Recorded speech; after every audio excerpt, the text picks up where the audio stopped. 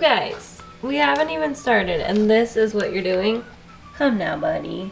Hello, welcome back to my channel. I know, I've been gone for a while. That's because I got very overwhelmed. But we're back and we're gonna try to be back. And in today's video, I'm going to introduce you to all the fosters we currently have because it's different than last time. Because it's been a minute. And I know Q&As are like a YouTube cop-out, but I needed a little bit of help getting back into this, so I asked you guys for some fun questions on Instagram, and you delivered, so we're gonna do that. What are you doing, Mr. Worldwide? Thank you. Thank you. Okay, so I guess we'll start with Mr. Worldwide. As you guys know, aka Pitbull. Yeah, you're just a good boy. He's the sweetest boy. Mr. Worldwide came into the rescue very sick. You have an eye crusty. Give me your eye crust. And he defeated all odds and he's alive and he's doing it and he's crushing it. He's supreme leader of this household. He's such a quirky little dude. And he is getting neutered this coming week and then he'll go home probably this weekend. But we also have his brother Flo, who is, I think he's sleeping, hold on. This is Flo Rida. He was not sick when he came into the rescue. He has just been a healthy boy. He's Mr. Worldwide's best friend, and he and Mr. Worldwide will get adopted next week together. All right, next we have Mr. Stitch, who has the dirtiest nose I've ever seen. How do you get your nose so dirty? How do that? Stitch and his sister Lilo came into the rescue at about 2.5 weeks old, and they were bottle babies. He had a little bit of a scare where he stopped eating for a few days, but he is happy and healthy and just the absolute sweetest boy. Where you going? Okay. And this is his sister Lilo. She is quite the handful. She has a lot of personality, packaged in such a small body. And she's actually a dilute tortie. A lot of people thought she was all gray, but she's actually a dilute tortie. Queen of everything. Let's answer a few questions. Okay, someone asked, do I ever get to spend a night off with my person? For those of you who don't know, I'm married and my person does not like to be in videos, so you will probably never see them. But yes, I do take some nights off when he's home and we watch TV and hang out together. We've been watching The Circle recently. I love that TV show. It's just so fun to watch. Favorite types of food. Right now, I'm obsessed with any type of Asian cuisine, any kind, or anything, like anything from that part of the world. Any type of food from there is like my favorite thing. It's always a bit complicated for us because we have to turn everything vegan because we're vegan, but it's a little bit of a fun thing for us to do. He's being very helpful. If you could meet any person dead or alive, who would it be? Well, I think I'm gonna stick with alive because there's a lot of people who are not with us anymore who I would love to meet. I think alive, Taylor Swift, for obvious reasons. And then second would be Kitten Lady because she has done so many wonderful things and she's inspired so many wonderful people that I would just love to tell her that she's amazing. And then pick her brain on everything kitten related. This question made me laugh because it is a really good question. Would I rather be stuck underwater or live in outer space for the rest of my life? And the answer is quite simple, and I'll explain. Space is just a big abyss of nothingness. So you would be out in the abyss of nothingness and you just have to be dodging meteors and running into maybe planets. We don't know. We don't know if you'll ever even encounter like another life form. However, if you live underwater, you get to swim with dolphins and whales and turtles and Nemos, and I feel like the answer's so obvious, but it was a good question. It's a good question. I'd rather be stuck with all of our sea friends and be out in space. I also currently have 2 adult fosters. One of them is Dobby, and he has decided it is time for him to hide and sleep under the couch, so he's not gonna be out for this video. He and his brother Dudley, who I think is sleeping up there. Yeah, you can't see him. He and his brother Dudley are up for adoption together. They were returned to us in August. They were adopted a year ago in August, and they were returned just this last August to us for no fault of their own. They didn't do anything wrong. In fact, they're like the most perfect cats, and they're up for adoption. So yeah, those are the ones that I have downstairs. Let's take our Q&A upstairs and meet the big ones. We have made it upstairs into the big kitty room.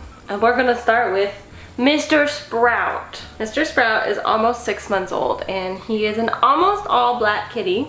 Can you show them your face?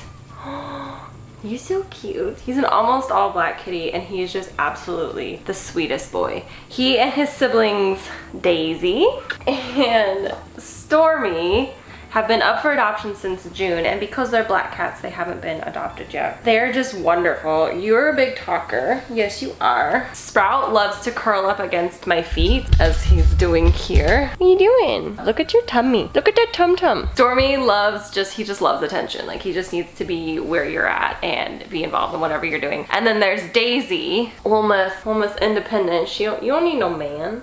You don't need no man. They've been up for adoption for a while, and this is probably, like, if I could be candid with you, this is the hardest part about rescuing and fostering. And I know that all over the world faces very similar situations when it comes to black and white kitties. They don't adopt fast, and so kitties like this end up staying at our rescue for a lot longer than they should, and really for no other reason except that you're all black.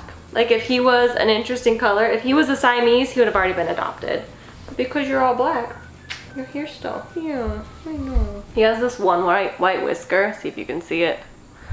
I don't know if you can see it. And he's got a big tummy. Those three are siblings. And next, we'll move on to Jim.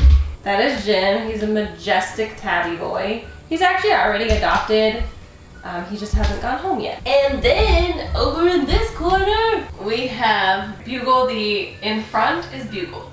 Bugle he was once a very spicy boy. He is now very sweet. And then behind him is our semi-feral. She's getting sweeter, Splatter. Look at this boy. So Splatter is a semi-feral kitty, and we got her in at about 8 weeks old, and she's about 16 weeks old now. That is a lot older than what I would ever normally try to tame a kitten. Normally, I get in kittens between 4 and 8 weeks of age to tame them, to get them adoptable. Her brother Paint just got adopted about a week ago, and he became sweet really fast, and so she's just kind of taking her time. But that's okay. Well, now that we're committed, we're committed. So these are my upstairs fosters. Like I said, almost everyone in this room needs a home. Yeah, you do. Except for Mr. Jim and Miss Splatter. As long as she continues to open up, she already has a home lined up.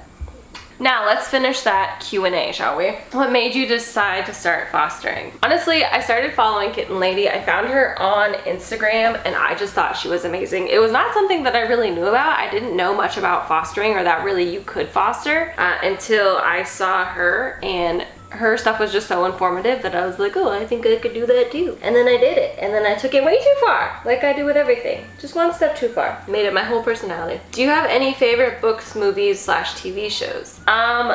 I think, so here's the thing about my personality, and I feel like many of you can relate to this. I get stuck on things and I become obsessed with them for like weeks or months on end. Food, books, TVs, shows, like everything. For example, this last year I discovered Pride and Prejudice, the movie with Keira Knightley, and I can't tell you how many times I watched that movie. It has to be in the 20s or 30s. Like, I just watched that movie over and over and over and over, and one day I just got tired of it. Same thing with food. Like, the salmon rice that now is all over TikTok is all over TikTok. You don't even know what that is.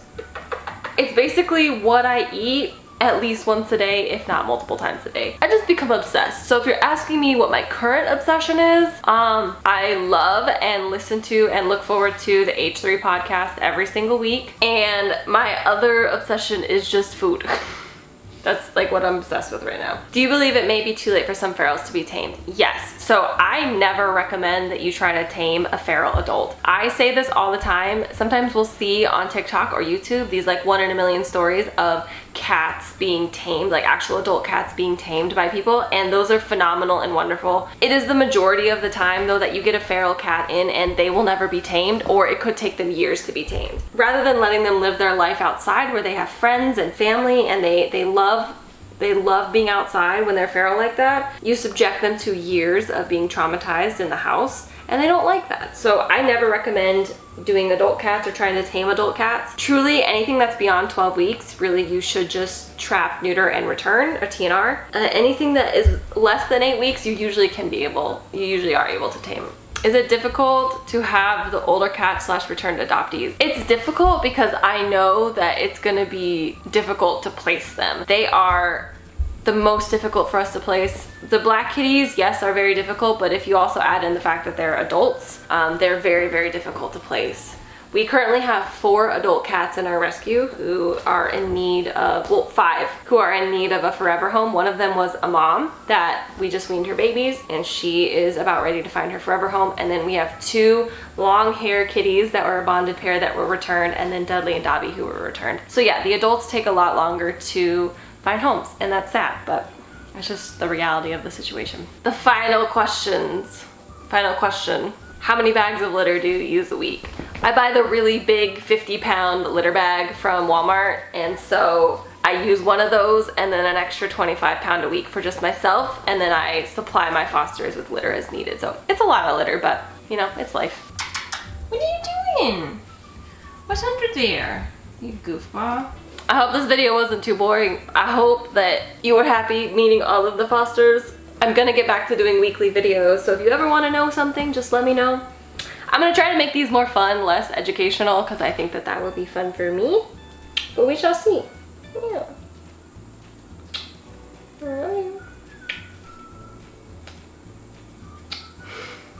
Bye.